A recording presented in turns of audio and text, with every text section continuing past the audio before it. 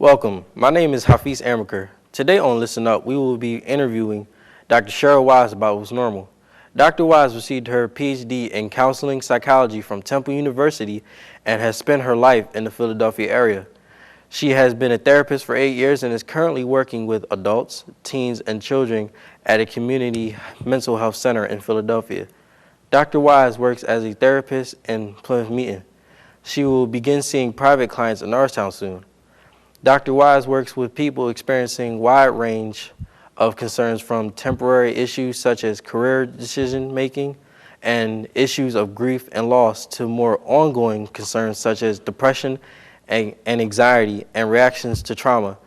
Dr. Wise is also interested and involved in the training and supervision of counseling and psychology students.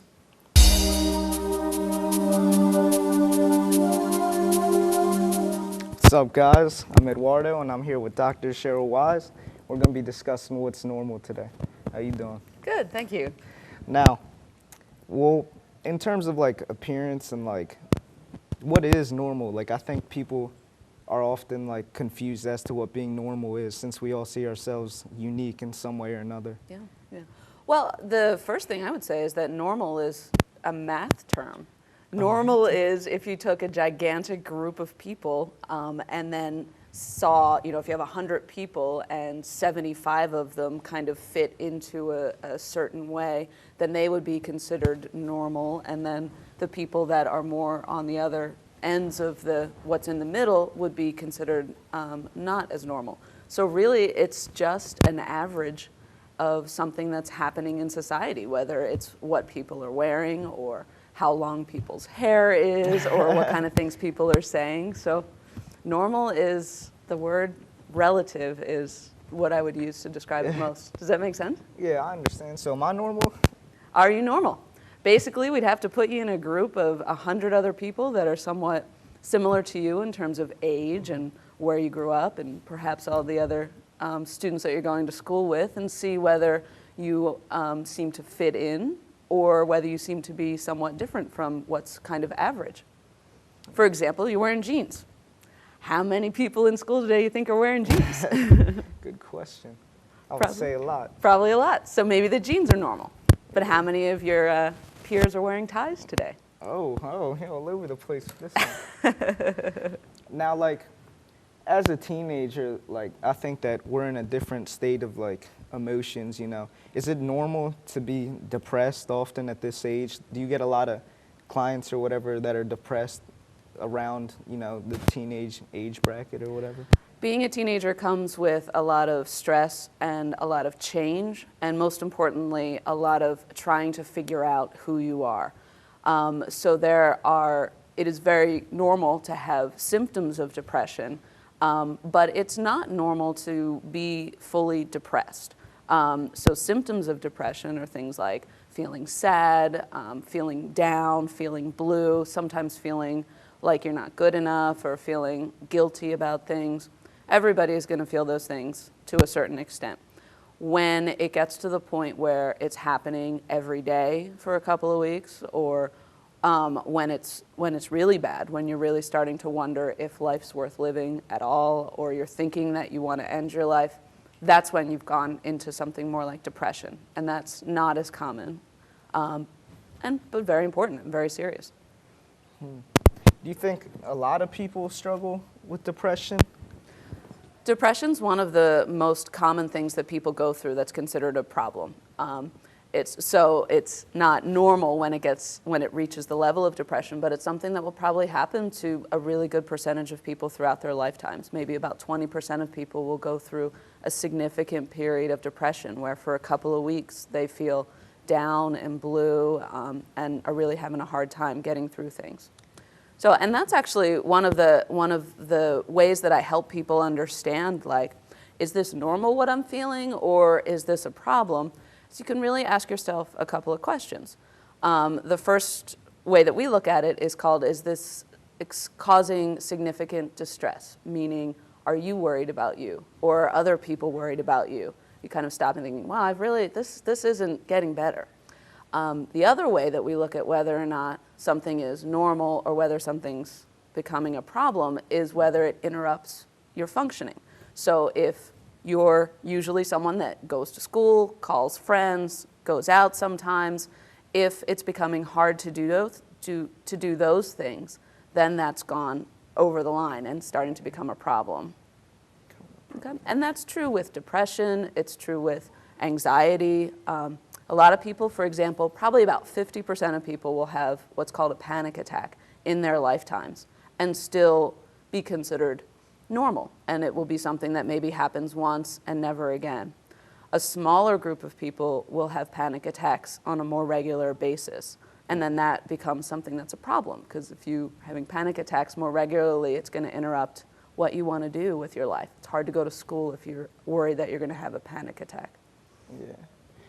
Yeah, and like another thing is that I feel like since a lot of people are like teenagers now, they're getting more into closer to adulthood and all that, you know, the testosterone's building up, everybody's lifting weights and all that. Do you think being angry, or like getting angry faster and things like that, is that normal? And well, yeah, it's a good question. Like, how do you know whether or not it's just normal angry or if it's gone over like a line? How do I know if I have a problem or if it's the other person's fault? You know what I mean? Yeah, no, it's a great question. Again, I think it's being able and being willing to observe yourself. You know, of course, when something happens, you know, somebody cuts in front of you when you're driving, you're going to feel angry. And if it passes relatively quickly and you're not doing things that are going to get you in more trouble, then it's still on the side of normal. If you find that your friends are angry with you, your family's upset with you because your temper keeps getting out of control, or if you're doing things that could get you in trouble, like, I mean, if you start breaking things that belong to someone else or start getting physically violent with somebody, that's when you know that you've gone over the line of what's just a normal amount of anger. So feeling anger is fine and very normal, especially if you're under stress. But what you're able to do to keep yourself under control helps you to know whether you're having a problem with it or not. What are some ways to, I guess, retain these emotions that are considered normal, but like, how do you stop it from going too far? Well, that's frankly one of the reasons why a lot of people come in to talk to a therapist. Mm-hmm. You know, especially with teenagers. Teenagers are at this wonderful point where they're able to talk about what's going on with them, but finding the right person to talk to can be a little bit difficult. Mm-hmm. So when you talk to your friends, you know, your friends want you to feel better, so they give you advice quickly or they help you try and forget your problems.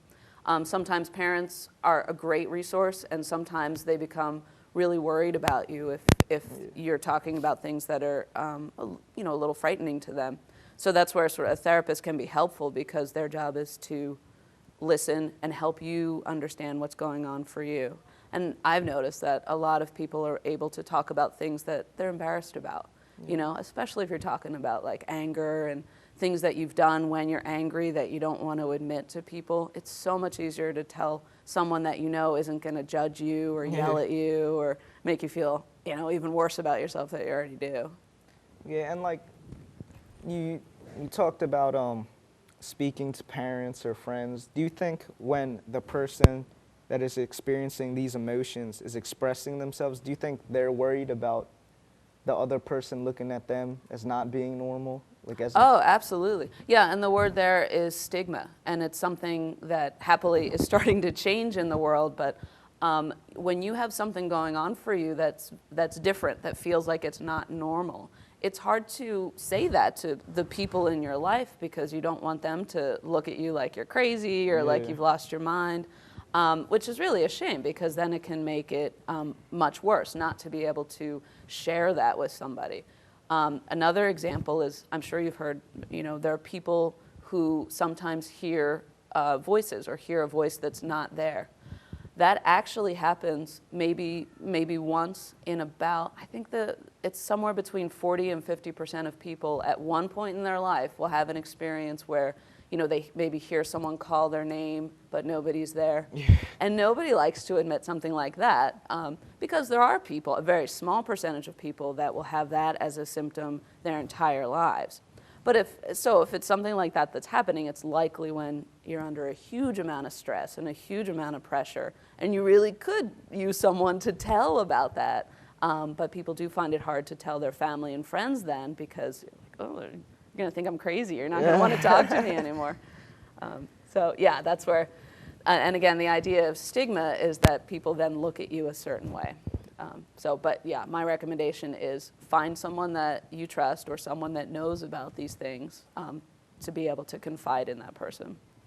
Yeah, I never admitted it, and it's gonna be on TV or whatever. But I heard voices before, and I didn't tell anybody. I was too scared to be judged. You know what I mean? Yeah, absolutely. So I think that's a very courageous thing to say, that you understand that, here you are, someone doing well in school and doing well in your life, and you've had times when things have been really stressful. Yeah, crazy. Yeah. Does that ever happen to you? To be honest with you, it hasn't happened to me, but I've certainly talked to enough people to know that it happens to all kinds of people. Yep. Oh, wow. Now, being teenagers, like, we all, go through these emotions, and I think it's important to reinforce the fact that all this is completely normal. Do you know what I mean? Mm-hmm. Like, is there, like, any agencies or programs that people can talk to, like Absolutely. contact Absolutely. if they are stressed? Yeah. Well, and to build on your point that we are all humans. That's where, the normal thing comes in. But as humans, there is this gigantic range of things that can happen to us.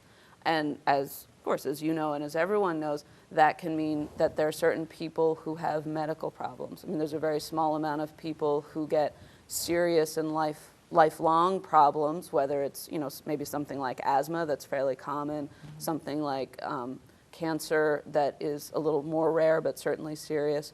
The same thing happens with illnesses that affect our minds. So that includes depression and anxiety and something like schizophrenia with more serious symptoms. It is hard to know when you first have some kind of symptoms, whether this is just normal stress or whether it's something that might be leading to something that's going to need attention throughout your life. But the worst thing to do is to be so afraid that it might be, something you have to deal with on a long term that you just ignore it altogether. So there are all sorts of resources of how to find someone to talk to. I think, in school, certainly there are resources at most schools in terms of having a counselor or having teachers that can get you to counselors. There are agencies in every community for people that either don't have insurance or have limited insurance. And then there are also private therapists and psychologists that are able to work with people just all over the area. Every area has a good amount of resources. And this area definitely has a number of resources where people can find someone to talk to. Okay. Well, thank you, Dr. Wise. Sure. Very informative. Oh, well, thank you very much. Hope a lot of people realize they're normal now, not crazy. Absolutely.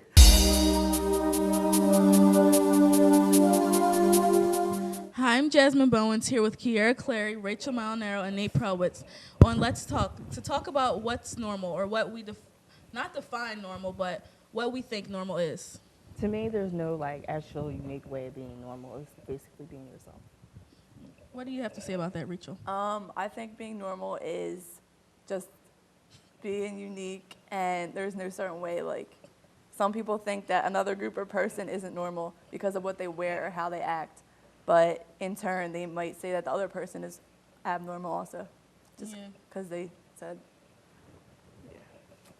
Well, to me, normal is a concept. It's a relative concept. The smaller object, the smaller you are comparing, the easier it is to label something normal. As you get broader and broader, though, it gets increasingly difficult.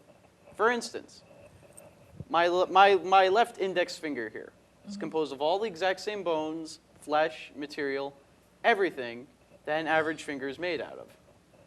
However, you look at my hand, and the patterns that are on it, they're completely different from everything, my fingerprints even. You look at me as a whole. It is impossible to compare me to any one person. However, when you compare me to an average person, it becomes a little easier. For instance, you can determine if my IQ is high or low based on what the average is. You can determine what my health is, high or low, based on what the average is. Normal is incredibly hard to define. It's a lot easier when discussing concrete things, physical matter. But when you get into personalities, people, who they are, how they think, what they do, then it becomes almost impossible because there is no normal. So when you say normal, does normal and average kind of go together? You know, like. Normal is relative to average. Normal isn't average itself, but normal is how normal it is how normal is comparison to average. Okay. So what I think of normal is what you think is. I don't know.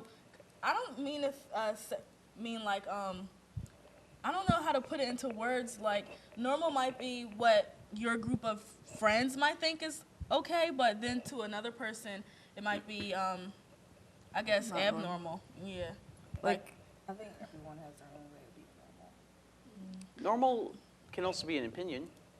You have a whole group of people, and they naturally exclude the other group of people. Let's say we've got 20 rich kids over here, and then we've got 20 goth kids over here. The rich kids think the goth kids are weird. They think they're complete freaks. The goth kids think that the rich kids over there are complete freaks. But the goth kids think all the other goth kids are completely normal. All the rich kids think all the other rich kids are completely normal. Like it's also about kind of your upbringing too, because if maybe like let's talk about Thanksgiving. Like it's normal for some type of people to like eat certain things. Like I know that I eat collard greens and baked macaroni and stuff for Thanksgiving, but that might not be normal to somebody else who eat like turkey. Yeah, well I eat turkey too, but like string bean casserole or something. Yeah. But like if someone makes fun of someone else, then for not being normal, then they're also not normal. You Like, can't know what I say mean? what's normal and what's not when you're making fun of someone. So, do you have anything to say about it? I just don't think there's like a definition for it. Like it shouldn't be in the I dictionary. don't think that people get teased like that for not being normal. I don't think that nowadays. Yeah, they not do. nowadays. They do. Yeah, they do. They Well, definitely do. I don't see it like it's at Norristown. Do you think so? Oh yeah, that was a perfect incident with the guy when they thought just because he looked a certain way, he had something to do with the whole bombing things. He wasn't normal to that. He was big. I don't think it was because he was big. I think it was what he was made fun wearing. of him. Oh yeah. Here's an interesting example. I don't remember if it was today, yesterday, tomorrow, or just sometime during the month. One of these days is the Transgendered Day of Remembrance. This is the day when we remember the people who were killed because they were different. That really speaks to me about what we label as normal and how we act about it. Yeah, I told like if you're maybe like your sex, if you prefer guys over girls or something, you can be, I don't know, Easily discriminated against and stuff, and that might not be normal, but I don't know. I think it's just whatever you prefer. I don't know. And again, if normal is a frame of reference to average, transgendered people, who make up about 0.1%, I think, of the population, an incredibly small little thing, they are outcasts in almost every kind of society except their own. Yeah, and also like normal has a lot to do with like different things like religion and stuff, like religion Background. and all that stuff. There are like set rules of what you might in your society or your religion think is normal or not, and you might discriminate or I don't know, act differently towards another type of group because of that. And peer pressure can also push you to make fun of someone else Yeah, if they're not normal or they think they're not normal. or you think that they're not normal. I think all of that accounts to what society thinks is normal or what we think is normal, even teenagers.